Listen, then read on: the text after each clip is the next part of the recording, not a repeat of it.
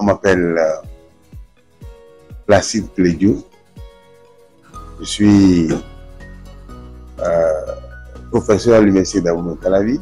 Nous sommes issus de la famille Ojo du Nigeria et on est venu s'installer à Sabalo avant de venir siéger à Alada. Moi, je suis né à Alada le 11 octobre 1962.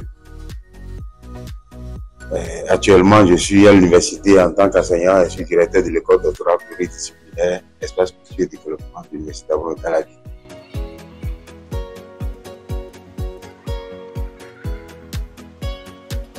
Comme je suis né à Alada, j'ai commencé le primaire à Alada, à l'école publique laïque d'Alada.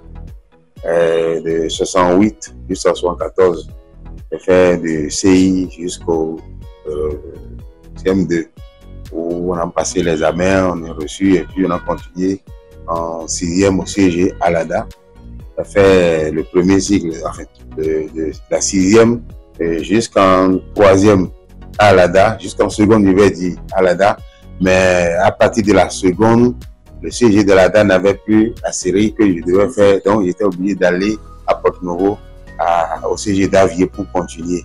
Et c'est là que j'ai pu avoir le bac en 1983.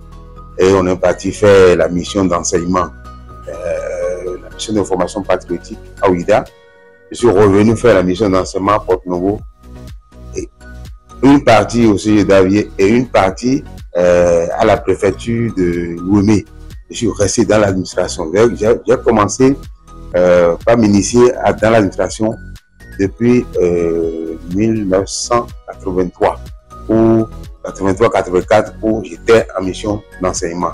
Donc j'ai fait la préfecture de Louémé et je suis resté au secrétariat général de la préfecture avec le préfet François Kodo à Zorobéou. Moi j'avais la passion d'enseigner, d'expliquer les choses. J'ai vécu en géographie, c'est la science qui permet d'expliquer. Donc je me suis inscrit en géographie et ça m'a permis vraiment de retrouver mes passions, ce que j'avais l'intention de vraiment faire. Expliquer les phénomènes à d'autres personnes et en même temps la formation. En géographie, ce qui est même particulier, c'est que j'ai commencé par enseigner au moment où j'étais même étudiant. Donc j'étais étudiant, mais j'encadrais mes camarades en TP et autres là parce que j'étais plus avancé. Le fait que j'ai fait la CBG avant de venir en géographie, j'avais d'avance sur mes camarades. Ça m'a permis de commencer par faire les TP avec eux, je leur expliquais. Et des fois, le professeur avait confiance, même à son absence, il donne les directives et j'aidais mes parents déjà, bien qu'étant étudiant.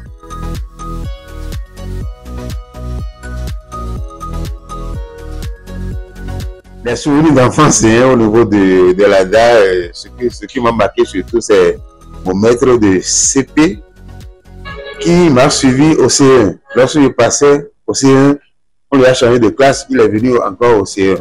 Et la première, lorsqu'on a fait les évaluations, la composition, j'étais premier de la classe, il m'a félicité.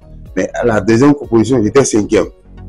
Là, il m'a fouetté vraiment, il m'a donné 5 coups. Et il m'a dit qu'on ne retrouvera pas dans la vie et qu'il faut chaque fois avancer. Et cet enseignement-là, je l'ai gardé, cette instruction qu'il m'a donnée là, je l'ai gardé jusqu'à la fin du cycle. C'est pas que j'étais premier chaque fois, mais je ne revenais plus en arrière dans mes rangs. Et chaque fois, je progresse jusqu'à terminer vraiment les études. Le fouet en ce moment-là était très utile parce que moi, ça m'a permis quand même d'avoir la crainte pour pouvoir travailler en ce moment-là. Et c'est un maître qui m'a suivi, même au-delà de la classe, jusqu'au CM2, parce qu'on est devenus des amis, il me donnait des conseils, jusqu'à ce que j'ai pu obtenir le PCP à Alada.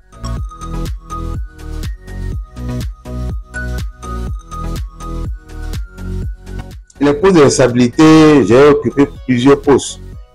Tout d'abord, lorsque moi je suis recruté dans l'administration, je suis recruté à la fonction publique, c'était avec le DEA en fait. Sinon, maîtrise, on était élève administrateur. C'est comme ça qu'on nous a appelés parce qu'il n'y avait pas, le DEA n'était pas un diplôme pour recruter la fonction publique. Mais c'est ce qu'on avait et on nous avait recruté dans des conditions, je vais dire, spéciales. Donc, j'ai commencé mon premier poste, lorsque j'étais recruté au niveau de la fonction publique, c'est le poste de sous-préfet à Alada. J'ai été recruté et en même temps, on m'a nommé en 2002, 2003, et en 2001 que j'ai été recruté. Et déjà en 2002, j'étais nommé sous-préfet à Alada. J'ai fait 2002-2003 à Alada. Et ça m'a permis d'appliquer les notions de géographie, d'aménagement du territoire que j'avais sur le campus. Et jusqu'à ce que mon professeur Michel Boko est venu jusqu'à Alada me féliciter pour dire vraiment, tu nous as fait honneur en appliquant la géographie au niveau de la cité. Et après le poste de sous-préfet, je suis revenu maintenant à l'université et là c'était au rectorat et j'ai fait 6 ans là où j'étais chargé des relations publiques, protocoles et autres. Et j'ai travaillé avec plusieurs recteurs avant de quitter le poste de chargé des relations publiques pour regagner maintenant le ministère où j'ai occupé le poste de directeur adjoint du CBRST, ensuite directeur adjoint du CIFRED et au même moment, au moment où j'étais au ministère, il travaillait avec le ministre Abiola, il m'a fait confiance, il m'a confié le poste de coordonnateur de projet. Ce poste m'a donné beaucoup d'instructions parce que c'est un projet qui traînait, le projet de construction de l'IMSP de Dangbo. Le projet traînait et ça n'évoluait pas. Et dès qu'il me l'a confié, on a pu réussir à finir ce projet-là, à terminer totalement ce projet. J'ai négocié une deuxième phase pour ce projet-là. Le ministre ne croyait même pas à cela. Il a dit que bon, la deuxième phase n'était pas possible, mais j'ai pu négocier et ça a été exécuté. Donc, le poste que j'ai occupé, il y a l'administration dedans. Ensuite, il y a le poste de coordination, le poste de direction. Donc, directeur adjoint et ensuite directeur de centre Valdera, le centre qui s'occupe de la valorisation des déchets et ensuite directeur de l'école doctorale. Voilà un peu le parcours. Mais par le moment, cumulativement avec ces postes, j'occupais le poste de président du conseil d'administration de l'agence pour la valorisation des résultats de recherche. Je l'ai fait sur 4 ans jusqu'en 2014-2018.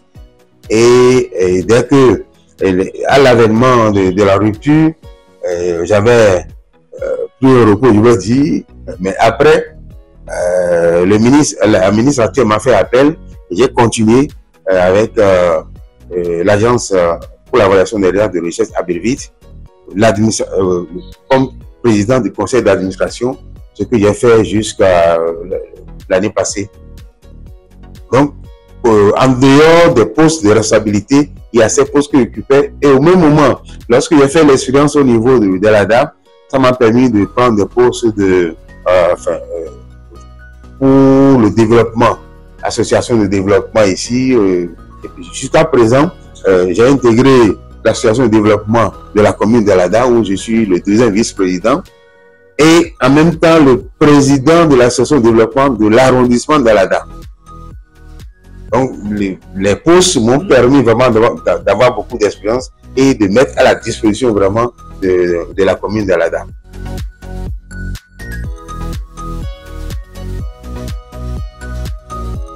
Lorsque vous finissez voici le premier cycle, le second cycle, le troisième cycle, c'est à l'école doctorale qu'il faut vraiment le faire. Vous allez faire un master, ensuite un doctorat. Et le doctorat que nous faisons ici, le doctorat unique. Donc, il faut avoir le master avant de venir dans cette école-là. Et c'est le master de recherche. Lorsque vous faites un master professionnel, vous devez faire un master complémentaire avant de continuer. Parce que le master professionnel vous forme pour l'emploi en réalité. Mais vous voulez continuer la recherche, donc vous allez faire un master complémentaire, avoir les notions d'épistémologie, la notion de méthodologie, renforcer votre méthodologie dans le domaine pour pouvoir continuer la formation que vous voulez faire. C'est une école normalement qui sert de pont entre les décideurs, le décideur et l'universitaire qui fait la recherche normalement et met les résultats au service du décideur. Nous, à l'université, après la recherche, on n'est pas appelé à aller appliquer la recherche normalement. Nous mettons les résultats au service du décideur. Donc, c'est un outil d'aide à la décision. Tout ce que nous faisons au niveau de l'école, c'est des outils d'aide à la décision. Alors, actuellement, on est en train de travailler avec les décideurs pour que les priorités des gouvernements soient prises en compte dans nos axes de recherche. Donc, on est en train de voir les champs de recherche qu'il faut présenter pour permettre aux étudiants de fouiller davantage et aider maintenant dans l'application de ce que le gouvernement a pris comme priorité. Vous voyez que actuellement, les priorités du gouvernement, c'est le tourisme, c'est l'aménagement et autres. Et comme moi, j'ai fait l'aménagement, ça tombe à pic où mes étudiants avec qui je travaille sommes dans l'aménagement, dans l'aménagement du cadre de vie, nous sommes dans la gestion des déchets, par exemple, et on aide vraiment les étudiants à voir les aspects qu'il faut développer dans la valorisation des déchets pour pouvoir améliorer notre cadre de vie. Et tout ceci, on le met au service vraiment du développement.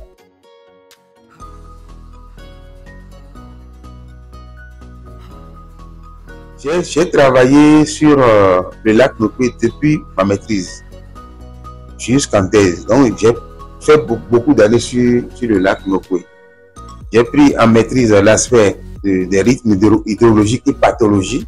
Donc, dans la géographie de la santé, j'ai évolué dedans. Donc, c'était la bioclimatologie humaine que j'ai fait en maîtrise. Ensuite, j'ai évolué en thèse là-haut, la gestion locale de l'environnement sur le lac Nokoué. C'était pour voir les modes de vie sur le lac Nokoué et leur proposer des essais de solutions pour régler les problèmes d'assainissement sur le lac Nokoué.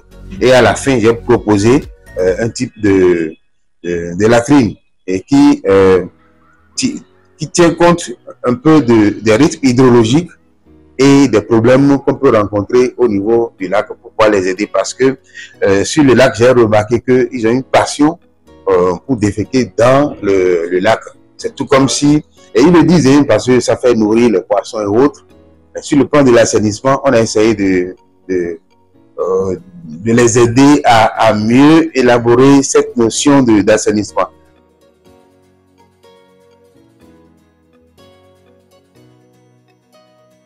Bon, les prix, en réalité, dès que vous avez un prix, ça vous oblige à mieux travailler.